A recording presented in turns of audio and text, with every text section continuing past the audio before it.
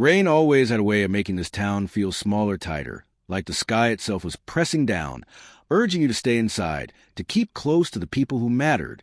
Or maybe it was just me, because at night, every drop tapping against a window sounded like a clock ticking down to something I didn't fully understand. I hadn't been back to this street in 3 years. The same cracked pavement, the same leaning mailbox with peeling white paint, and that same porch light, warm amber glow spilling across the rain-slick steps, waiting like a silent invitation. My best friend, Dylan, had texted me an hour earlier. Come over. Dad's making dinner. You owe me stories about L.A.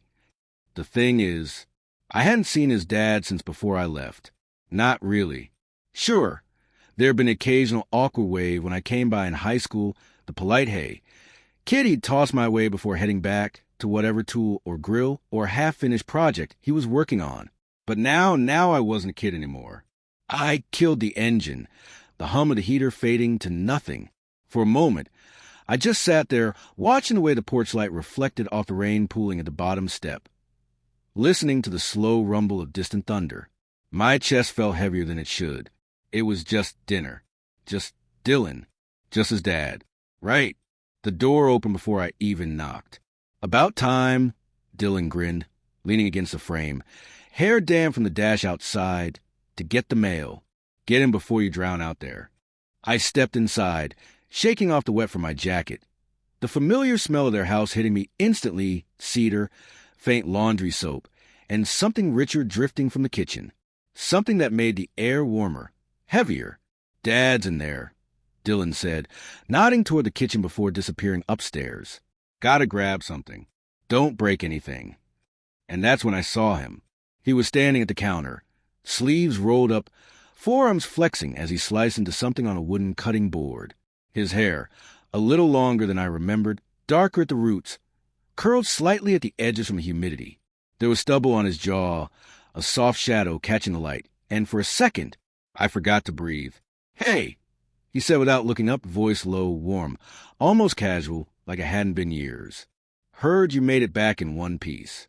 Yeah, I swallowed, trying to find my voice. L.A. didn't kill me.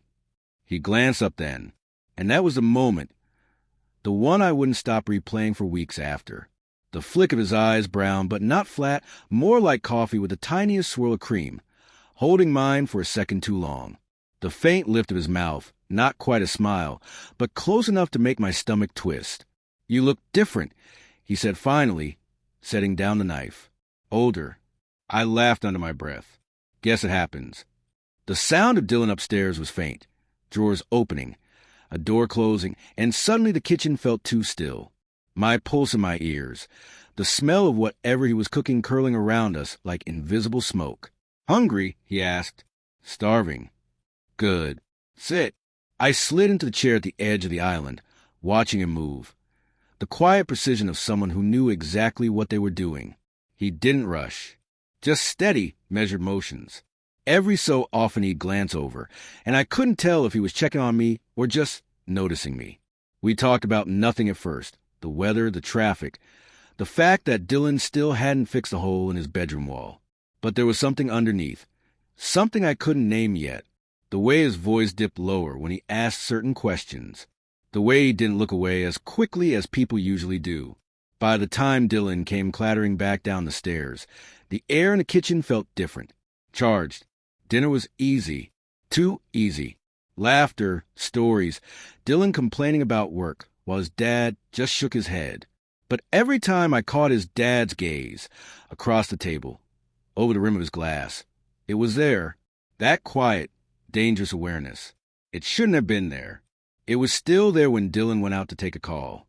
We were alone again, and in the silence, I could hear my own heartbeat. If you're feeling this moment, subscribe, like, share, and tell me in the comments, when was the last time someone looked at you and it felt like everything changed? The rain outside had softened into a steady whisper against the windows, like the house itself was exhaling. Dylan's voice carried faintly from the porch, low and animated as he talked to whoever was on the other end of the line. His laughter would break through now and then, but in here in the kitchen, it was just the two of us. He leaned back against the counter, one hand resting casually on the edge, the other cradling a glass of water. His shirt, a simple dark Henley, clung in places where the warmth from the stove and the steam from dinner had kissed the fabric. "You're quieter than you used to be," he said after a moment, not quite looking at me. "Maybe I've learned to think before I talk." That got a faint smile out of him. "That's dangerous. Means you're probably better at hiding things now." I tilted my head. "And you think I'm hiding something?" He shrugged, sipping his water. "You tell me." The truth was, he wasn't wrong. There were things I wasn't saying, things I couldn't say, not when the weight of them sat too close to the surface. Because being here, in this house, with him, wasn't the same as it used to be. The edges felt sharper now. The space between words carried more weight. The oven beeped, breaking whatever thread had been forming between us. He pushed off the counter, crossing to pull the dish out. The smell hit instantly. Roasted herbs, garlic, something rich and savory that curled into my senses. "Smells amazing," I murmured. He glanced over his shoulder. "Don't flatter me. It's just chicken." But it wasn't just anything. The same way this moment wasn't just two people waiting for someone else to come back into the room. I stood, stepping closer without really thinking about it, peering into the pan as he set on the counter. "Guess I forgot you could cook." His arm brushed mine as he reached for a serving spoon. It wasn't intentional, at least it didn't seem like it, but the heat of it stayed on my skin long after the contact was gone. Dylan's voice came closer, muffled through the door before the hinges creaked. He stepped inside, shaking his head. "Sorry, Tyler's in one of his drama moods. Took forever to get him off the phone." We ate, the three of us, conversation bouncing between harmless teasing and updates on mutual friends. But every so often, his dad would say something just to me, a small aside, an extra detail, a memory from when I was younger. And those moments, they felt like they belonged to us alone. After dinner, Dylan disappeared upstairs again, muttering something about showing me a new track he was working on. "Go on," his dad said, stacking plates. "I'll clean up. I can help." His brow lifted. "You offering, or trying to avoid whatever noise he's about to make up there?" I smirked. "Maybe both." So we fell into this quiet rhythm, him rinsing, me drying. The clink of plates, the soft rush of water, the hum of the fridge. And somewhere in that silence, I caught him looking at me again. Not in the way people look when they're making small talk. In the way you look when you're trying to read someone figure out what they're not saying. "What's L.A. really like?" he asked finally. I leaned against the counter. Loud. Fast. Everyone's chasing something. "And you? What were you chasing?" I opened my mouth, closed it again. His eyes softened just slightly. "Did you find it?" The question sat there, heavier than it had any right to be. "Not yet," I said quietly. We didn't look away from each other right away. The rain had stopped entirely now, leaving the air thick with that after-storm stillness. And just as the tension edged toward something dangerous, Dylan's voice called from upstairs. "You coming or what?" I blinked, stepping back. Guess that's my cue. His dad didn't move, just watched me go. And as I reached the bottom of the stairs, I heard him say it low, almost to himself. "You've changed." I didn't answer. I didn't know how to. The upstairs hallway was dim, lit only by the soft spill of light from Dylan's room at the far end. The carpet muffled my steps, but still, each one felt loud to me. When I reached his door, Dylan was sprawled across his bed, laptop open beside him, an untidy swirl of cables, headphones, and an empty coffee mug nearby. "You took your time," he said without looking up. "Your dad was interrogating me," I said lightly, dropping into the desk chair. Dylan snorted. "Yeah, he does that. Just wait until he starts telling you about his music phase in college. That's when you know you're trapped." But the truth was, I didn't mind being trapped. Not if it meant that same quiet between us downstairs, that same searching in his eyes. Dylan pulled the headphones off and gestured his laptop. "Okay, so this is a track I've been working on. I want you to tell me if it's garbage." The beat kicked in, slow, layered, with an almost hypnotic pull. It wasn't polished yet, but there was something in it, something raw. "Not garbage," I said when it ended. It's got mood. That's not exactly a technical term. It's a compliment. He grinned faintly, leaning back on his elbows. So, you really think you're staying in town for the whole summer? I nodded. That's the plan. Not like I've got anywhere better to be. He gave me a look, the kind only friends who've known you forever can give. You're lying. I didn't answer, because maybe I was lying. Maybe part of me had come back here for something I couldn't even say out loud. We talked until nearly midnight, about nothing, about everything, before I finally headed to the guest room. The house was quiet again, that heavy kind of quiet you only notice when you're lying still in the dark. My mind replayed snippets of conversation, flashes of moments, his hand brushing mine by accident, the way his gaze lingered just a second too long. And then there was movement, footsteps in the hallway. Slow, a soft knock. You awake? It was him. I sat up, flicking on the bedside lamp. Yeah. He leaned in the doorway, one hand braced against a frame, the other holding a mug of something steaming. Couldn't sleep, he said. Figured you might be the same. I gestured to the chair. You figured right. He stepped inside, the scent of chamomile and something faintly sweet trailing with him. He set the mug on the nightstand. You still drink tea before bed? Guess I do now, I said, wrapping my hands around the warmth. He sat at the foot of the bed, not quite facing me. You haven't said why you really left L.A. Because there's nothing to say.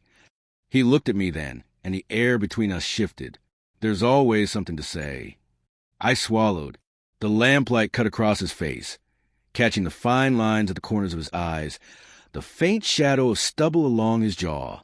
He was older, sure, but it wasn't just age. There was weight there. History. I guess I just didn't feel like I belonged there anymore. I said finally. He nodded slowly, like he knew there was more. Sometimes we only realize where we belong when we're not there anymore. I didn't trust myself to answer that, not when my pulse had started to match the slow rhythm of his breathing. After a moment, he stood. Get some sleep? Big day tomorrow. What's tomorrow? He smiled faintly. You'll see. When he left, the room felt colder, even though the mug of tea was still warm in my hands. The big day turned out to be a trip into the city. He drove, the windows down, music low enough that it blended into the hum of traffic. Dylan had plans with friends, so it was just us, something neither of us commented on.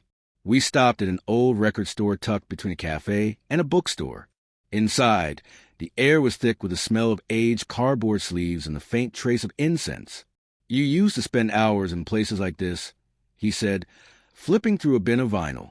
I still could, I admitted. We moved through the aisles in comfortable silence, occasionally holding up a cover for the other to see. But it wasn't until we reached the back, where the sunlight spilled through a high window, dust motes dancing in the beam, that the quiet broke. Tyler, his voice was low. Careful. I looked up from the bin. I need you to be honest with me, he said. Why does it feel like there's something you're not saying? I froze. Because there was. There had been since the moment I walked into that kitchen the night I arrived. Since the moment his eyes met mine, and something unspoken rooted itself between us. My voice caught. It's complicated. He stepped closer, the records between us forgotten. Try me. I searched his face for a sign, a reason to speak, or a reason to keep it buried. But then the shop door creaked open, and a burst of voices spilled in. The moment snapped, like a thread pulled too tight. Come on, he said lightly, stepping back. I want to show you something else. We ended up at the waterfront just before sunset. The sky was painted in streaks of gold and rose, the air cool against my skin. He leaned on the railing, watching the light shift across the water.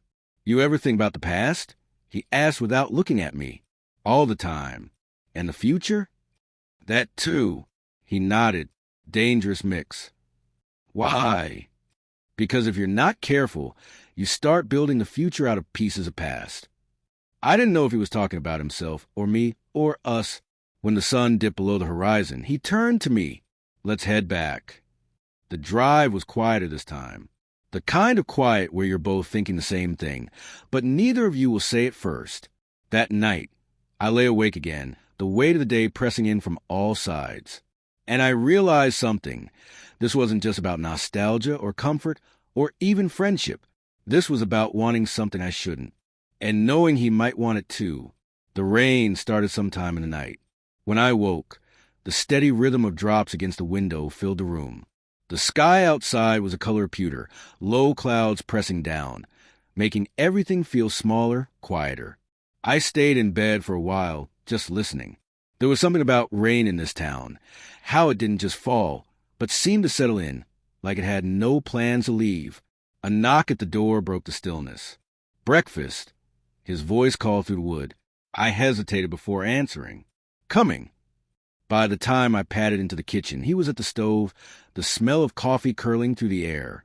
He glanced over his shoulder, his hair slightly mussed, a gray t-shirt hanging loose over worn jeans. "You sleep?" he asked. "Not much." "Me neither." He poured 2 mugs and slid one toward me. "Rain does that. Makes you think too much." We ate in near silence, just the clink of cutlery and the softness of rain against the glass. I kept stealing glances at him, at the way his hands moved, at the small crease between his brows where he was lost in thought. When the plates were cleared, he leaned back in his chair. "You still play?" "Play." "Guitar." I shrugged. "Not really." "That's a shame." His voice was gentle, but it landed heavier than I expected. I almost asked him why he cared, but then he smiled faintly and I let it go. By mid-afternoon, the rain had lightened to a mist, and he suggested a drive. No destination. Just out. We ended up on back roads I hadn't seen in years, narrow, lined with tall pines that swayed in the damp wind. The air through the cracked window was sharp and clean, carrying the scent of wet earth. "Do you ever think about leaving?" I asked. He didn't take his eyes off the road. "Sometimes. But then I remember, everywhere you go, you still take yourself with you." I turned that over in my mind. "That's kind of depressing." He chuckled. "Or liberating, depending on how you look at it." We pulled off near an old trailhead, the kind we used to bike as kids. The path was slick, but we walked anyway, the sound of water dripping from branches all around us. Halfway in, we reached a clearing where the grass was tall and uncut, bending under the weight of the rain. Beyond it, the lake spread out, still, dark, reflecting the muted sky. He stood beside me, hands in his pockets. "This used to be my place to think," he said. "Back before," he trailed off. "Before what?" He shook his head. "Doesn't matter." But it did matter. I could feel in the way his voice shifted, in the way he didn't meet my eyes. On the walk back, I caught myself falling into step with him too easily. Our shoulders brushed once, twice. Neither of us moved away. At the car, he glanced at me. "You're quiet." "Just thinking." "About?" I met his gaze. "You." It was out before I could stop it. He didn't answer right away. "Then, that's dangerous territory." "I know."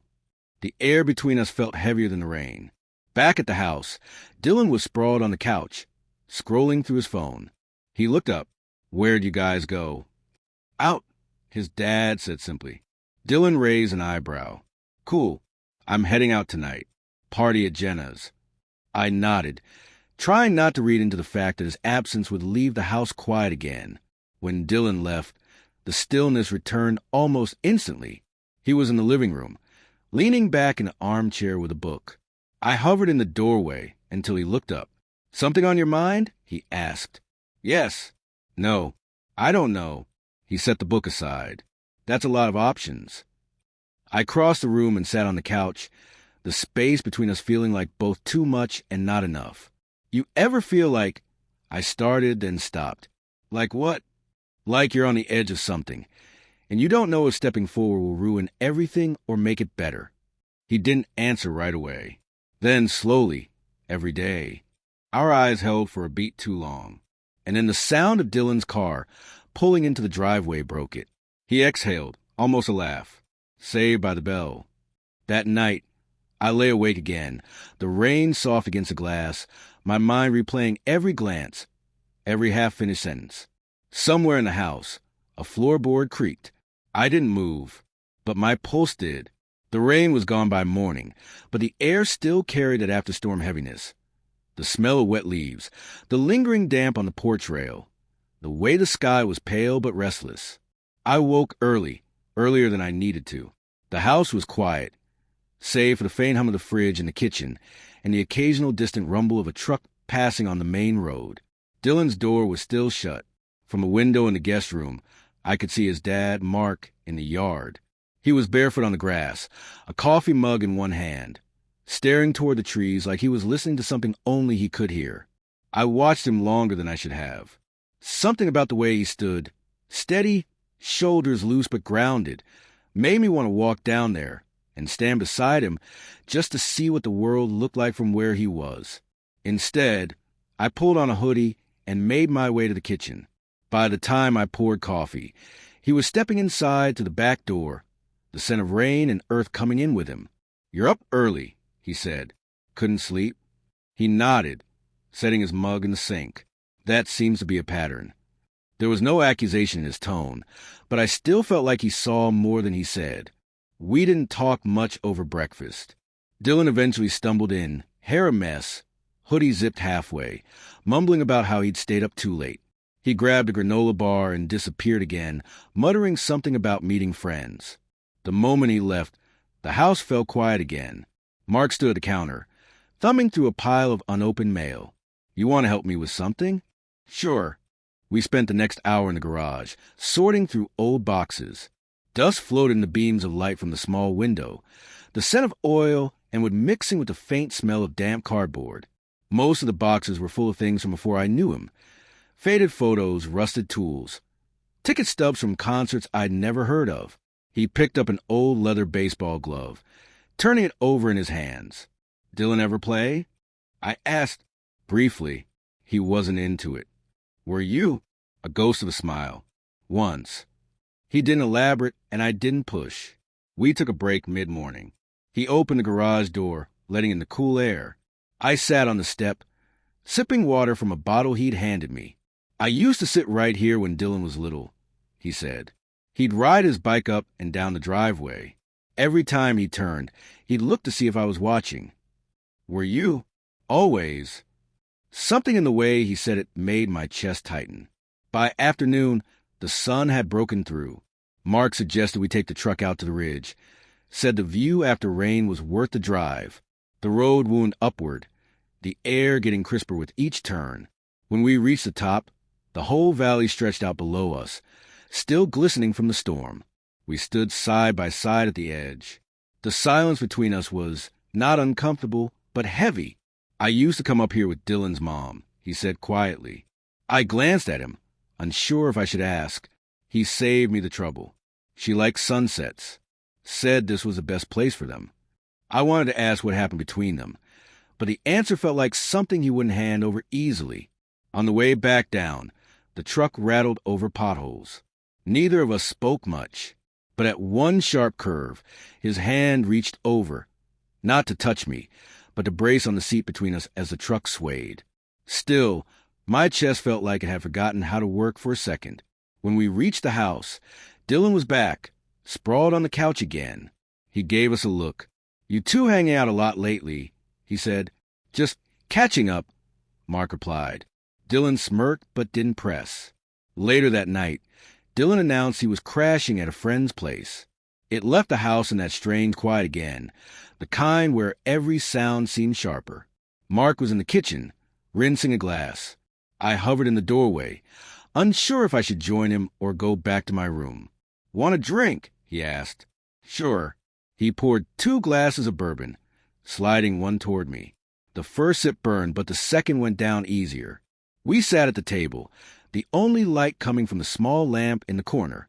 "You've grown up a lot," he said after a while. "So have you." He laughed softly.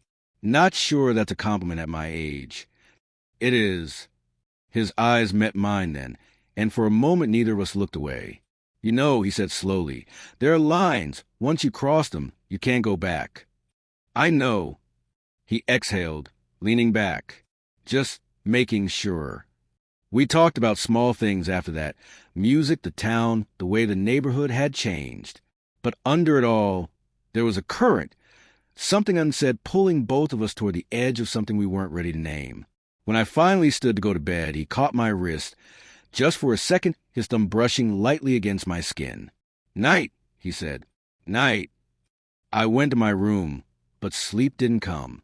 Somewhere down the hall, I heard the faint sound of his footsteps, then the creak of his bedroom door closing. And I lay there in the dark, wondering just how close we were to stepping over that line. The next morning, the air felt lighter, not in temperature, but in the way the sunlight angled to the kitchen window, cutting across the table in long, gold stripes. It was the kind of light that made you want to linger over coffee, even if you weren't much of a coffee person. Mark was already there, leaning against the counter, mug in hand. His hair was slightly damp, like he'd just stepped out of the shower, and he wore that same faded gray T-shirt I'd seen him in the garage the day before. "Morning," he said. "Morning." There was an unspoken about last night hovering in the air between us. We didn't mention it. Not the bourbon, not the way he'd caught my wrist before I went to bed, not the weight of that look he'd given me. Dylan stumbled in a few minutes later, grabbing cereal and muttering something about a late-night gaming session. He barely noticed us, which in a way was a relief, and in another way it wasn't. I didn't want this to feel like we were hiding, but I also didn't know what this was yet. By mid-morning, Dylan had disappeared again, off to meet friends at the skate park. It left just me and Mark in the house. "I've got to head into town," he said. "You want to ride along?" "Sure." The drive was quiet at first. We passed the gas station, the faded diner with its flickering neon sign, and a long stretch of road flanked by trees that seemed to lean inward like they were listening. Halfway there, he spoke. "About last night." I glanced at him. "Yeah." He kept his eyes on the road. "We should be careful." "I know, but..." He hesitated, as if testing the weight of the word. Sometimes careful feels like pretending nothing's there. I didn't answer right away. The hum of the tires filled the silence. Finally, I said, "And sometimes pretending is the only way to survive something." In town, we stopped at the hardware store. He grabbed a few things: nails, sandpaper, a replacement light fixture for the porch. I trailed behind, not really paying attention, until I noticed the way people greeted him. Everyone seemed to know him. The nods, the brief smiles, the "hey" mark that came from the guy behind the counter. It made me wonder what it would be like to be part of someone's world like that. Not just passing through, but stitched into the fabric of it. On the way back, he suggested we take the long route home. The road curved alongside the river, the sunlight flashing off the water in broken pieces. We stopped at a small pull-off where the bank dipped low. He got out, hands in his pockets, looking down at the water. "I used to fish here," he said. "Used to. Don't have the patience for it anymore." I stood beside him, close enough to feel the heat radiating from his arm. The river moved slow, carrying leaves and the occasional branch. There was a stillness in the air, the kind that makes you notice every small sound, the chirp of crickets, the ripple of water, the faint shift of his weight beside me. When he turned to look at me, it felt like we'd stepped outside of time. We didn't speak again until we were back in the truck. Even then, the words were small things, about lunch, about fixing the porch light, about Dylan probably staying out until dark. But under it, there was something heavier. That evening, Dylan texted that he was crashing at a friend's again. Mark and I ended up on the back porch, the new light fixture casting a soft pool of gold around us. The air was cooler now, carrying the smell of cut grass and distant wood smoke. He handed me a beer, the glass bottle cold against my palm. "Do you ever think about..." I started, then stopped. "About what?" "About what you want, even if you know it's not allowed?" His jaw tightened, more than I should. The space between us felt electric, like the air before a storm. We talked for a while about safe topics, about nothing at all, until the conversation circled back to the kind of thing that had no safe way to be said. "You know," he said, his voice low, "sometimes I think the rules exist just so we can break them." I laughed, but it wasn't really a laugh. That's dangerous. So are most things worth doing. The night stretched on, the stars coming out one by one. At some point, he reached across the space between our chairs, Not touching me exactly, but close enough that if I shifted even an inch, we would have. I didn't. Neither did he. But the fact that we didn't almost felt louder than if we had. When I finally went inside, I lingered at the doorway. He followed me in, the sound of his footsteps slow and deliberate. "Night," I said. He looked at me for a long moment before replying. "Night." And just like the night before, I lay in bed wide awake. Every sound in the house amplified. The creak of the floorboards, the faint of the fridge, and somewhere down the hall, the soft click of his bedroom door. The morning light filtered through the blinds in lazy stripes, stretching across the floor and catching the dust particles drifting in the air like tiny suspended secrets. It was one of those mornings that felt caught somewhere between waking and dreaming, the kind where your mind is fogged, but memories sneak in through the cracks. I lay still, listening to the quiet rhythm of the house, the gentle creaks in the walls, the faint buzz of the fridge humming like a distant heartbeat, and somewhere else, deeper in the house, the slow, steady breathing of Mark. It was a sound I wasn't supposed to notice, but did anyway. The day ahead held no plans, but the heaviness that settled between us the night before hadn't lifted. Instead, it clung like humidity in the air, unseen but undeniable. When I finally rose, the house was already stirring. The faint clatter of dishes in the kitchen, the low murmur of the radio somewhere beyond the walls. And then Mark's voice, calm and familiar, drifting from the doorway. "Morning," he said, stepping into the hallway. His hair was still tousled, eyes a little bleary but sharp when they landed on me. "Morning," I replied, swallowing the lump that had lodged itself in my throat. I couldn't say it, couldn't explain why the space between us felt wider than the empty hallway. He pulled his jacket tighter around his shoulders. "You want to grab coffee? It's a good day for it." I nodded, grateful for the normalcy. For a moment, we were just two people sharing the first light, not the complicated history that shadowed every glance. Outside, the air was crisp and sharp, a welcome relief from the lingering damp of the rain. The street was still mostly quiet, a few cars passing by and the occasional jogger weaving through the neighborhood. The cafe was one of those small places with chipped paint and wooden tables scuffed from years of use. The smell of fresh ground beans and cinnamon drifted to the open door, wrapping around us like a promise.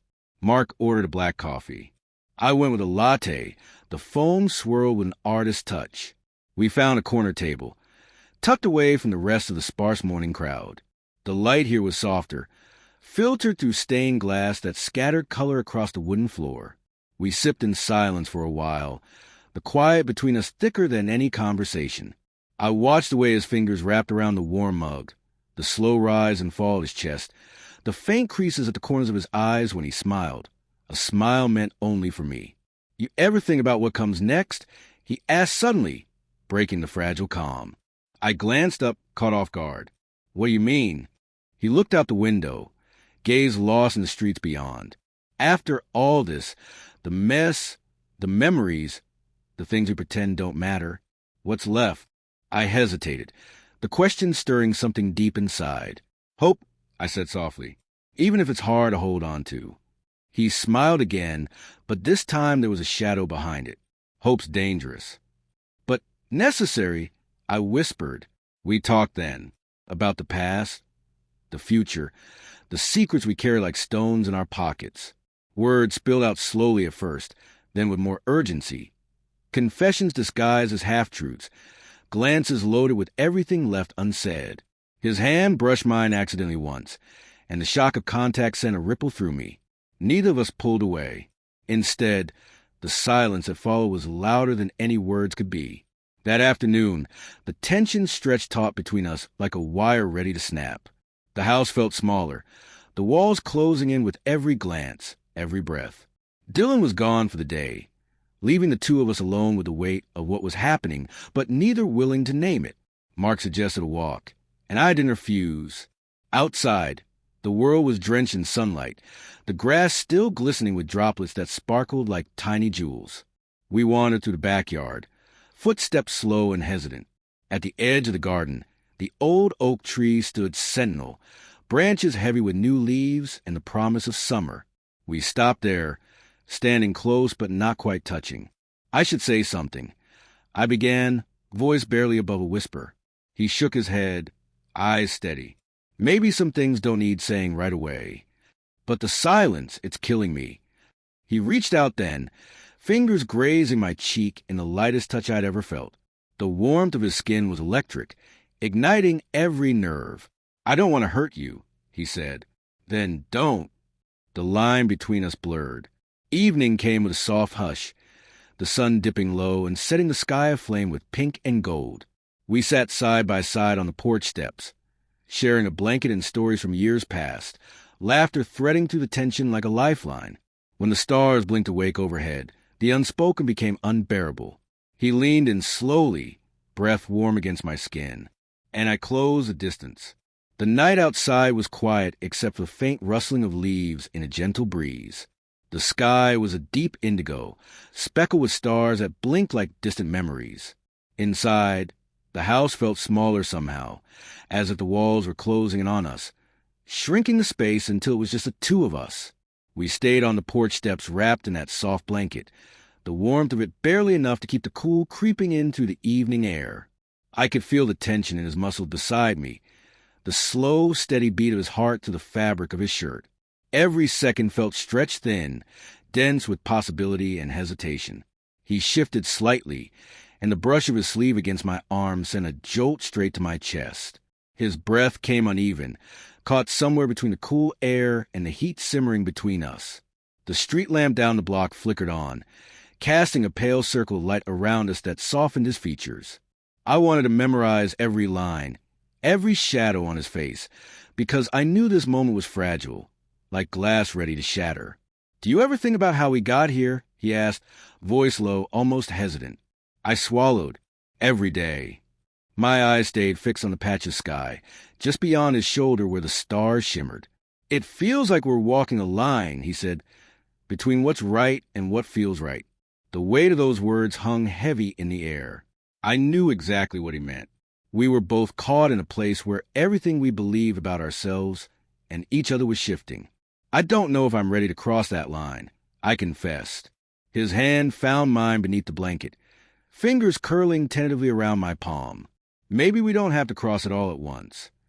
The warmth of his touch spread through me, steady and grounding. It was terrifying and comforting all at once. For a while, we just sat there, letting the night wrap around us like a silent witness to everything we couldn't say.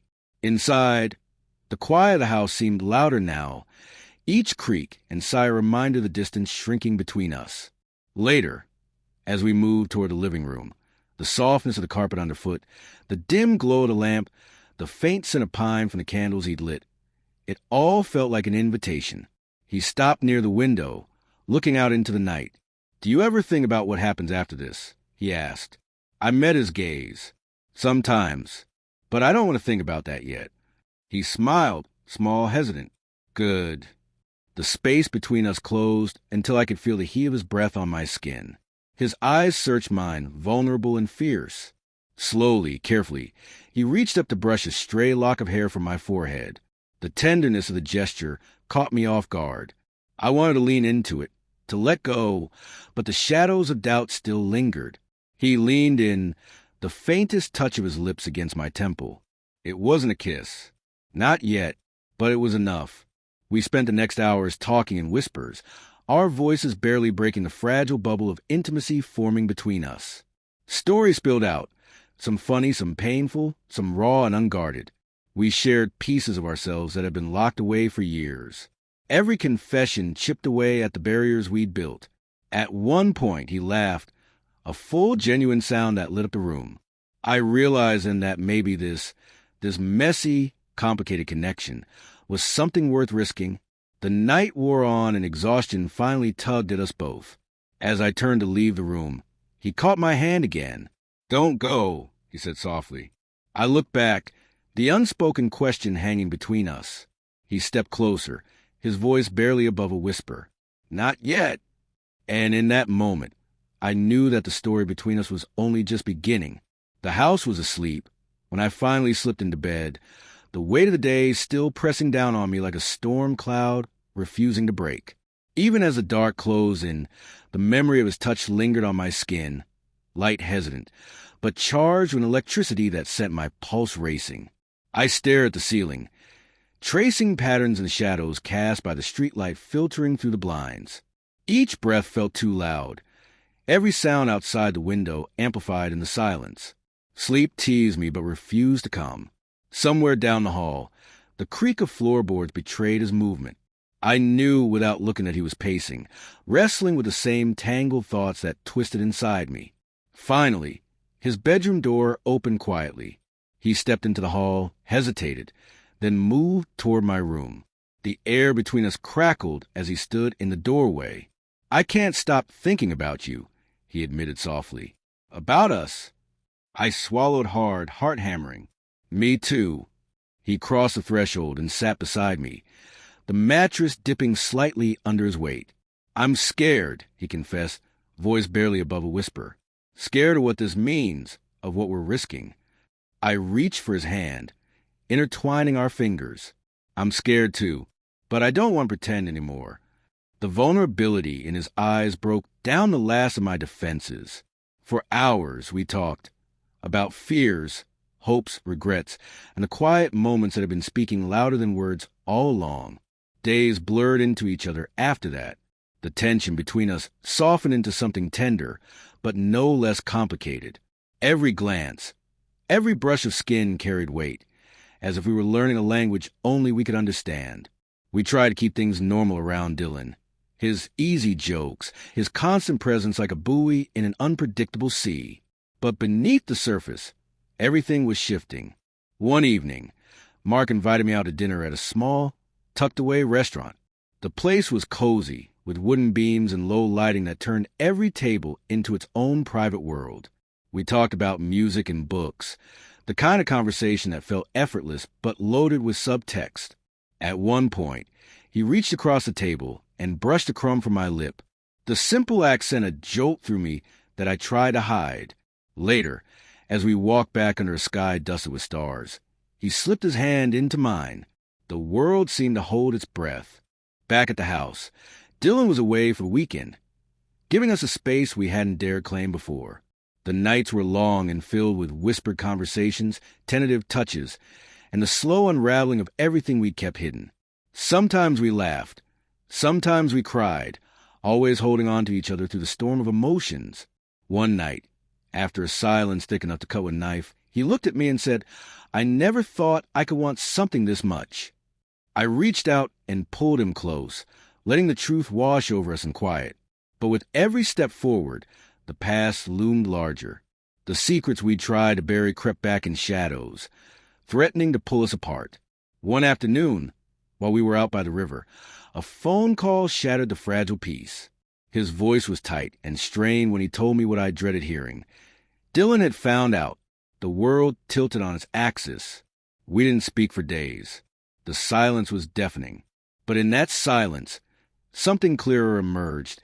The undeniable truth that no matter what, we couldn't erase what we felt. When we finally faced each other again, it was with raw honesty and the promise of fighting for whatever was real. The story wasn't over. Not by a long shot. The morning after the storm, the sky was a washed-out gray, soft and diffused like the world was wrapped in a veil. Light spilled gently through the curtains, casting a muted glow over the room. The air smelled faintly of wet earth and pine, a reminder of last night's rain, and the weight it left behind. I lay still for a long moment, my heart thrumming with an uneasy rhythm. The events of the past days replayed in my mind, the touches, the stolen glances, and now the inevitable collision with reality. Mark was already awake. I could hear the soft scrape of his feet on the hardwood floor as he moved quietly in the other room, careful not to wake Dylan. His presence was steady, a calm anchor in the shifting tides inside me. When he entered the room, he carried 2 steaming mugs of coffee. The scent filled the space between us, rich and familiar. "Morning," he said softly. "Morning," I replied, reaching out to take the mug, fingers brushing his for a brief second that sent a spark through me. The silence settled like a fragile thread, holding us together and threatening to unravel. The days stretched ahead, heavy with unspoken questions and possibilities. Outside, the world carried on. Birds called from distant trees. the faint hum of cars on the road, and the distant bark of a dog echoing through the neighborhood. Mark suggested a walk through the nearby woods, a place where the dense canopy filtered sunlight into dappled patterns on the forest floor. The scent of damp leaves and moss filled the air, grounding me as we stepped onto the winding path. Our footsteps crunched softly over fallen twigs and leaves, the silence between us both a comfort and a challenge. "You've been quiet," Mark said finally, his voice low and tentative. "I'm thinking," I answered. About us. About what this means." He nodded slowly, eyes fixed on the trail ahead. "It's a lot to take in." "I'm scared," I confessed, voice barely above a whisper. "Me too." His hand found mine, fingers weaving through mine like a lifeline. We paused by a small creek, the water tumbling over smooth stones, clear and cool. Mark knelt down, dipping his fingers into the flow. "Life's a lot like this creek," he said thoughtfully. "Sometimes it moves fast, sometimes slow, sometimes it's calm, sometimes rough, but it keeps going." I watched the water slip through his fingers, thinking about how fragile things could feel and yet how persistent. "Do you think we can keep going?" I asked. He looked up, eyes meeting mine with a depth that made my chest tighten. "I want to." Back at the house, the quiet was different now, charged with the weight of new beginnings and the lingering shadows of what could go wrong. Dylan was home, but distant, as if sensing the shift beneath the surface. His usual jokes were quieter, his smiles less frequent. One evening, he pulled me aside. "You and my dad, something's going on, isn't it?" I hesitated, unsure how much to say. "It's okay," he said softly. "I just want you both to be honest." The vulnerability in his voice caught me off guard. "I promise," I said. "We'll figure out." That night, Mark and I sat together in the living room, the flicker of the fireplace casting shadows that danced like ghosts on the walls. He reached for my hand, squeezing it gently. "No matter what happens, we face it together." I nodded, feeling the truth of those words settle deep inside me. The future was uncertain, but for the first time, it felt like we weren't alone.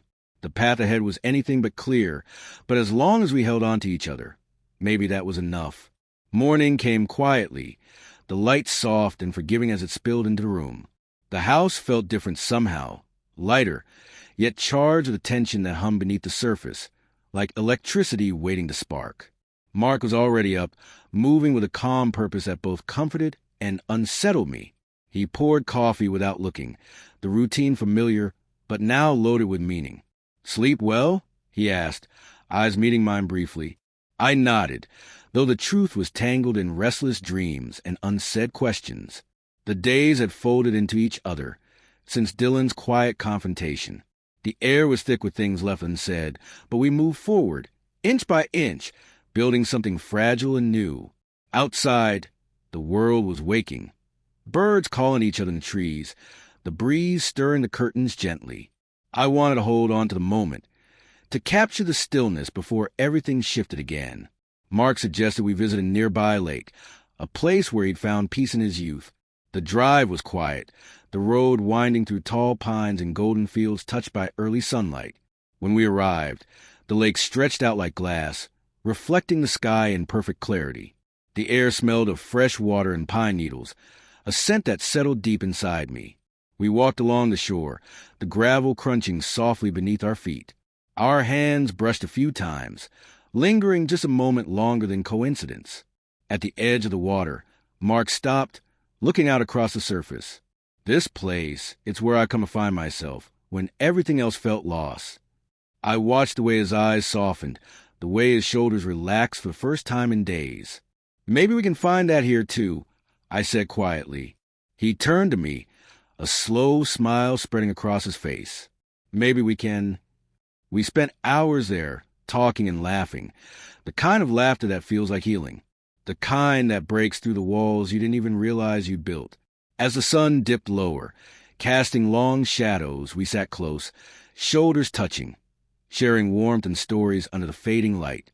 There was a moment when time seemed to pause, the world holding its breath as we looked at each other, everything unsaid swirling between us. But the calm was fragile. Back at the house, The weight of reality settled back in. Dylan was waiting, the tension between us all palpable. That night, a conversation that had been simmering beneath the surface finally erupted. Words were exchanged, sharp, honest, painful. But through the storm, there was a thread of understanding. We were a family, messy and complicated, trying to find a way forward. Afterward, Mark and I found ourselves alone again. The silence was heavy, but it was also a space where something new could grow. He reached out, fingers tracing the line of my jaw gently. "We're not perfect," he said, voice raw, "but maybe that's okay." I leaned into the touch, feeling the cracks inside myself start to mend. "We'll figure this out," I whispered. Outside, the night wrapped around the house, quiet and full of possibility. And for the first time in a long time, hope felt real. The morning arrived not with clarity, but with a quiet hesitation, as if the world itself was holding its breath.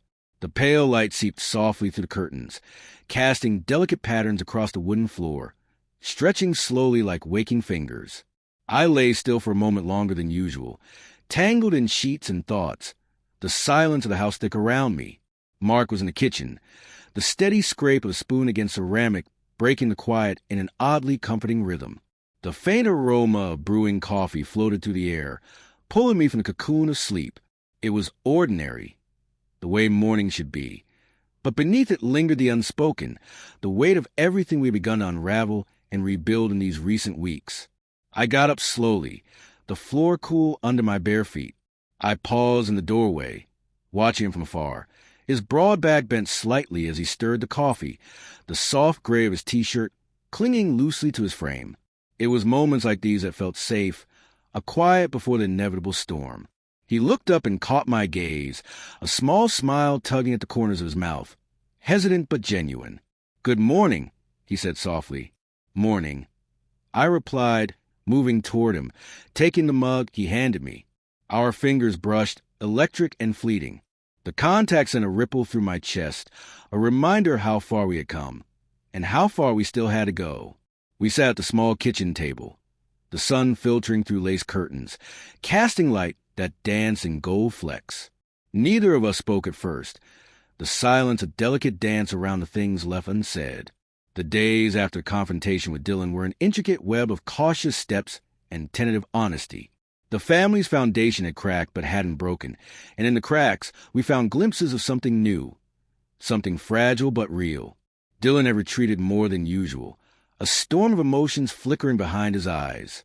He wasn't angry, not exactly, but there was a distance, a quiet guard that made every interaction feel like walking on thin ice. Mark and I spoke less of the future, more of the present, the slow repair of our fractured lives. We moved through routines with an almost sacred reverence, each shared meal and quiet evening a thread stitching us closer. One afternoon, Mark suggested we take a drive. The sky was a vast expanse of blue, the kind that promised freedom and endless possibility. We left the house behind and headed toward the coast, the salty breeze and crashing waves a welcome escape from the weight of what awaited us at home. The road wound along the cliffs, the ocean glittering beneath us like a sheet of shattered glass. The air was sharp with salt and sun, the horizon endless and inviting. We stopped at a small overlook, the wind tugging at our hair, carrying the sound of seagulls and distant boats. Mark reached for my hand, his fingers steady and warm against mine. "This place always reminds me that no matter how heavy life gets, there's something bigger, something endless," he said, voice soft against the roar of the sea. I looked out at the vastness, the waves crashing relentlessly against the rocks below. "It's beautiful," I whispered. "Like hope." He nodded, his gaze never leaving the horizon. Hope is a fragile light we hold on to when everything else feels dark. We sat there for a long time, letting the ocean wash away the heaviness clinging to us. The breeze carried away word we hadn't spoken, and in their place, a quiet understanding grew. When we returned home, the house felt different, no longer a place of tension, but of possibility. The evening air was cool, scented with blooming jasmine and fresh earth. Inside, Dylan was there, more present now, his walls beginning to crumble. The three of us sat around the kitchen table, the conversation tentative but honest. Later that night, Mark and I found ourselves alone once more. The dim glow of the lamp cast shadows that flickered like silent witnesses on the walls. The air was thick with things we hadn't dared voice. Fears, hopes, and a yearning that trembled just beneath the surface. He reached out, his hand covering mine, a silent promise in the simple touch. "No matter what comes next," he said quietly, "we face it together." I met his gaze, the vulnerability in his eyes mirroring my own. Together, the night deepened, and with it, a fragile peace settled over us. The path ahead was uncertain, winding and shadowed, but the light we held between us felt stronger than the darkness. As sleep finally claimed me, I held on to that light, fragile and bright, knowing it was enough to guide us through whatever came next.